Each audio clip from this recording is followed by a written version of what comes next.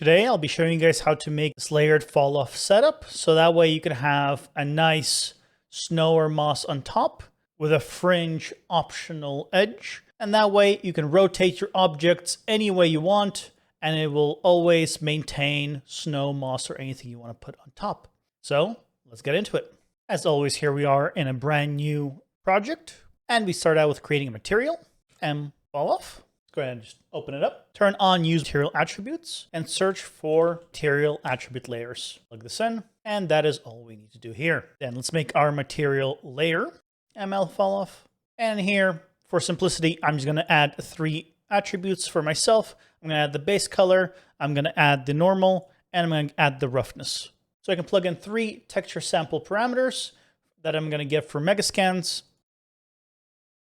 And for the roughness, in my case, I'm going to plug in my green channel because that is the default in the packed Megascans textures, but of course, plug in whichever one you want. And there's our base setup. I'm just going to put all of these in a group called textures. And that is all we're doing here because all of our stuff is going to go into the blend. Let's go ahead and make our material layer blend. MLB_Falloff. Let's open it up. Let's go a bit to the left and make some room for ourselves. And we'll start by getting the vertex normal world space. So this is the node that will tell us exactly from what direction everything is. So if I start previewing the node, you can see it is fully colored.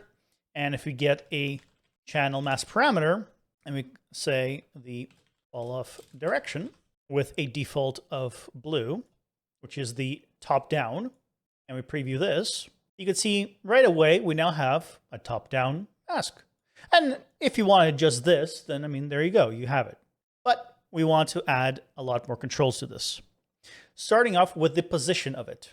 So what we're going to do is remap this, and the low is where we're going to change this. So we're going to get a scalar parameter, and we're going to call this fall off position. By default, it will be 0, and we can plug this into input low.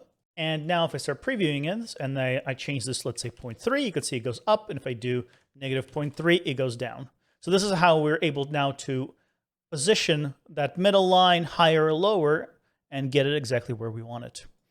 Now, of course, we want to saturate this, make sure it's always between 0 and 1. Then we go ahead and multiply this by 10. So the reason I've multiplied this by a solid 10 is just to increase the intensity of this value as we're going to be combining it with the noise. That way, the noise is basically only at the fringe and not anywhere else. Occasionally, a little dot gets through, but that can be easily tweaked. So we multiply it by 10. And now we need to add the noise as an option. So I'm going to do is add a static switch parameter. I'm going to call it use fall of noise. So if it is off, we're going to go ahead and use this. If it is true, we're going to add the noise. Now, of course, we haven't created the noise yet, so let's plug this in and let's create the noise. And we'll do it a bit below. Let's go ahead and get a noise node.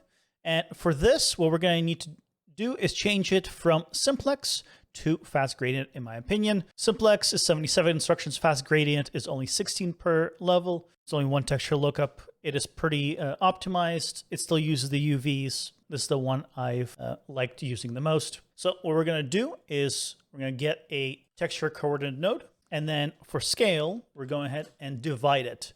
So we're going to get a scalar parameter, and I'm going to call it noise scale. And by default, the noise scale will be 1.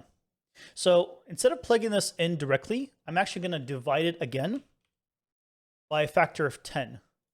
And the only reason I'm doing this is to have the noise scale not need to go into such small numbers. Instead of having this 0.001, it'll be 0.1.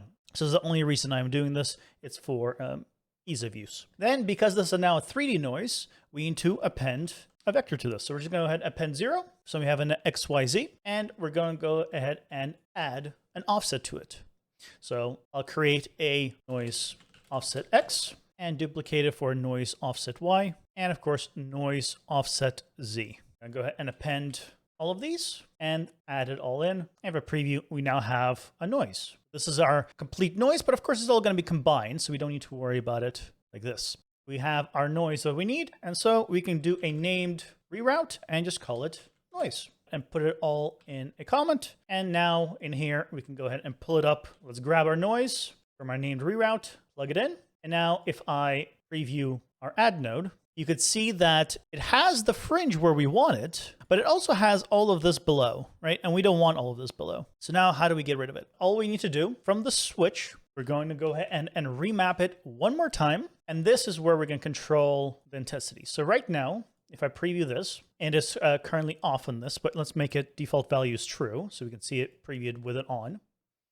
We go ahead and give it two scalar parameters. So I'm going to call it Falloff noise min and Falloff noise max. So the minimum will actually be 1, and the max will be default as 1.1. So plug it into both of these, and now you can see it has pretty much eliminated everything below. Occasionally you'll get the little speck there, but with a little offset with our controls, we can get rid of that and hide it whenever it comes up. But now you'll see right here, this 10 multiply.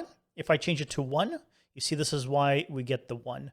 This is why we have the higher intensities, because we're adding it. And you get a little bit more control with this now. So if I change the offset max to be something high, like 10, we get the gradient back. But we'll keep it on 1 and 1.1 by default. We'll go ahead and saturate this. And for convenience, I'll go ahead and add a invert noise using another static switch parameter.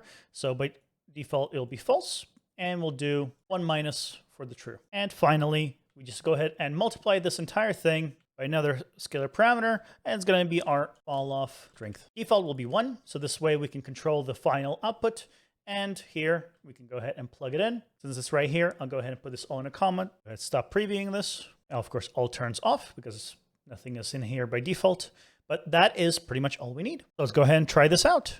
I'll go ahead and make a material instance from the base. And in here, we're going to plug in our stuff. I'm going to make 2 layers, plug in our material layer in the base, and go ahead and make a new material layer for the top as well. Plug that in, plug in our material layer blend, and let's plug in some textures into these. Now, something I'm noticing as I'm plugging these in is first our materials are backwards. So let's go ahead and open up the material layer blend, which I believe because I copied it and I changed the default on it, this guy, yep, default value invert is true. We don't want invert to be true, and we don't want use Falloff to be true here either. Let's go ahead and turn those off. And now we have our mask. So let's apply this to our model here. And you can see immediately we now have the Falloff. So we can now control under the material layer. Of course, everything is not in a group. You can go ahead and put in a group for yourself. We can also change the direction under here. So if you want it from the side, you can also do that. But blue is probably the one everyone will be using by default. We can turn on use Falloff noise. And then we got the fringe. And so now we can play with all of these settings. So we can change the scale. You can see the noise here changes, and everything in between is pretty much filled in. We can change the position. So that way it only is based on the angle. So if I was to rotate this guy, or you can see right here on the base, if I don't go too above 1, we probably just want to clamp it. Then we get all the effect. And with the noise scale, we can change the fringe. Of course, if you got something like this and you don't want it to happen, you can change the offsets on the XYZ and just adjust accordingly as you needed. But just like that, you now have full snow with a nice fringe. And now you can just place these around all over your level and not need to worry about making unique snow for every single asset in every single configuration. It'll all play nicely together. And just like that, we are done. Hope you guys enjoyed it. If you did, please consider subscribing, hit the like button, and I'll see you guys next time. Take care. Bye.